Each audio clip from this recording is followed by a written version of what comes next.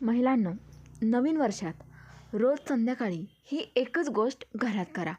देव स्वतः तुमच्या घरात वास करेल आणि घरातील बरकत किंवा पैसा कायम टिकून राहील. श्री स्वामी समर्थ. मित्रांनो, महिलांनी संध्याकाळी केलेली ही एक चूक घरातून लक्ष्मी बाहेर काढते. या एका सवयीने घरात पैसा अडकत नाही. मित्रांनो, देव घरात येतो पण टिकतो का, हे महिलांवर ठरतं. नवीन वर्षाची पहिली संध्याकाळ कशी घालवता यावर पुढचं वर्ष ठरतं. नवीन वर्ष सुरू होतं, कॅलेंडर बदलतं, तारीख बदलते, पण अनेक महिलांचं आयुष्य तसंच राहतं. कारण घरातली ऊर्जा बदलत नाही. घरात देवपूजा होते, व्रत वैकल्य होतात, उपवास केले जातात, तरीही मनात एक प्रश्न राहतो. आपण सगळं करत असूनही बरकत का येत नाही?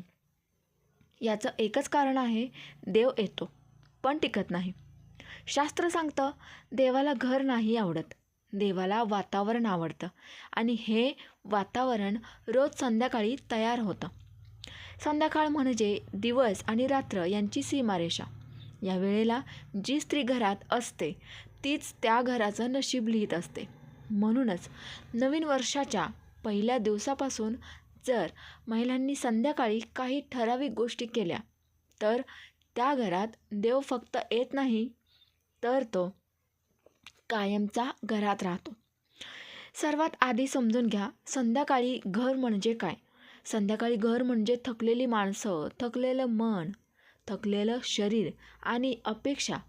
या वेळेला घरात जर चिडचिड असेल, अंधार असेल, गोंधळ असेल तर देव तिथे बसत नाही.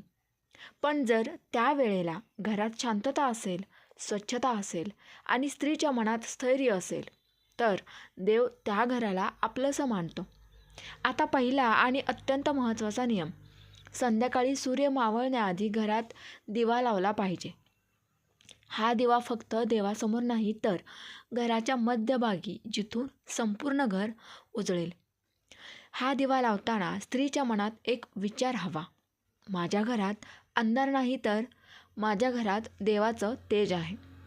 ज्या घरात संध्याकाळी अंधार राहतो त्या घरात नकारात्मक विचार वाढतात, भांडणं वाढतात, पैशाची अडचण वाढते. दिवा म्हणजे फक्त प्रकाश नाही, दिवा म्हणजे आशा, दिवा म्हणजे संरक्षण, दिवा म्हणजे देवाचं लक्ष. दुसरा नियम असा की संध्याकाळी घरात झाडू लावणं, कचरा बाहेर टाकणं, कपडे धुणं हे सगळं टाळा. संध्याकाळी लक्ष्मी घरात प्रवेश करते आणि त्याच वेळेला जर घरातून काही बाहेर गेलं तर लक्ष्मीचं मन दुखतं. अनेक महिलांना हे माहीत नसतं आणि नकळत त्या आपल्या हाताने घरातून पैसा बाहेर पाठवतात. तिसरा नियम, संध्याकाळी घरात बोलण्याची पद्धत. या वेळेला ओरड, तक्रार, रडणं, कुचंबणा हे सगळं झालं तर देव दरवाजातूनच परत फिरतो. संध्याकाळी घरात बोलताना आवाजात गोडवा हवा, शब्दात संयम हवा, कारण देव आवाज ऐकून नाही, भावना पाहून थांबतो. चौथा नियम, संध्याकाळी महिलांनी थोडा वेळ स्वतःसाठी शांत बसलं पाहिजे. संपूर्ण दिवस घरासाठी, मुलांसाठी, नवऱ्यासाठी, सासरच्यांसाठी पळापळ केल्यानंतर संध्याकाळी फक्त 5 मिनिटे डोळे बंद करून शांत श्वास घ्या. ही 5 मिनिटे तुमची ऊर्जा बदलतात आणि स्त्रीची ऊर्जा बदलली की घराची ऊर्जा बदलते. आता 5वा नियम, संध्याकाळी डोक्यावरून ओढणी किंवा पदर घ्या. हा अंधविश्वास नाही, हे शास्त्र आहे. डोकं झाकलं की मन स्थिर होतं, विचार शांत होतात आणि स्त्रीच्या भोवती संरक्षण कवच तयार होतं. 6वा नियम, संध्याकाळी घराच्या उंबरठ्याकडे दुर्लक्ष करू नका. उंबरठा म्हणजे देवाचा मार्ग, लक्ष्मीचं प्रवेशद्वार. संध्याकाळी उंबरठा ओला ठेवू नका, उंबरठ्यावर पाणी टाकू नका. सकाळी स्वच्छता, संध्याकाळी दिवा हे लक्ष्मीचं आवडतं असतं. 7वा नियम, संध्याकाळी घरात सुगंध असावा. अगरबत्ती, धूप, कापूर. सुगंध म्हणजे देवाला दिलेलं निमंत्रण. ज्या घरात वास खराब असतो त्या घरात देव बसत नाही. 8वा नियम, संध्याकाळी रिकाम्या पोटी राहू नका. थोडं गोड खा, कारण गोडपणा शरीरात गेला की आयुष्यातही गोडपणा वाढतो. 9वा नियम, संध्याकाळी देवाकडे मागणं कमी करा आणि धन्यवाद द्या. कृतज्ञता ही सर्वात मोठी पूजा आहे. देवाला मागणारी घरं खूप असतात, पण धन्यवाद देणारी घरं खूप कमी आणि देव नेहमी कृतज्ञ घरातच राहतो. आता हे समजून घ्या, देव घरात का टिकत नाही? हा प्रश्न प्रत्येक स्त्रीच्या मनात असतो. देव बाहेर कुठे नाही, तो प्रत्येक घराच्या दारात उभा असतो. पण आत यायचं की नाही हे घरातल्या वातावरणावर ठरतं. घर स्वच्छ असणं महत्त्वाचं आहे, पण त्याहूनही जास्त मन स्वच्छ असणं महत्त्वाचं आहे. संध्याकाळी घरात जे विचार फिरत असतात तेच विचार पुढच्या दिवसाचं नशीब ठरवतात. म्हणूनच संध्याकाळी महिलांनी आपल्या मनावर नियंत्रण ठेवणं हे सर्वात मोठं साधन आहे. आता पुढचा महत्त्वाचा नियम. संध्याकाळी घरात TV मोठ्या आवाजात लावू नका. नकारात्मक बातम्या, भांडणाचे सिरियल यापासून दूर राहा. कारण संध्याकाळी मेंदू थकलेला असतो आणि त्यावेळेला जे ऐकतो ते थेट मनात साठतं. मनात जर भीती साठली तर घरात तणाव वाढतो आणि जिथे तणाव तिथे देव नाही. पुढचा नियम. संध्याकाळी घरात अन्न शिजत असताना मनात राग ठेवू नका. स्वयंपाक हा फक्त अन्न नाही, तो ऊर्जा असतो. रागात शिजलेलं अन्न घरात अशांती आणतं. म्हणून संध्याकाळी स्वयंपाक करताना मनात शांत विचार ठेवा. देवाचं नाव घ्या. पुढचा नियम. संध्याकाळी घरात रिकाम्या भांड्यांचा ढीग ठेवू नका. रिकामी भांडी म्हणजे रिकामेपणाचं चिन्ह. ज्या घरात संध्याकाळी रिकामेपणा दिसतो त्या घरात हळूहळू अभाव निर्माण होतो. पुढचा नियम. संध्याकाळी घरात दिवे बंद करून बसू नका. अंधारात बसणं हे निराशेला आमंत्रण आहे. घर उजळलेलं ठेवा, मन उजळलेलं ठेवा. पुढचा नियम.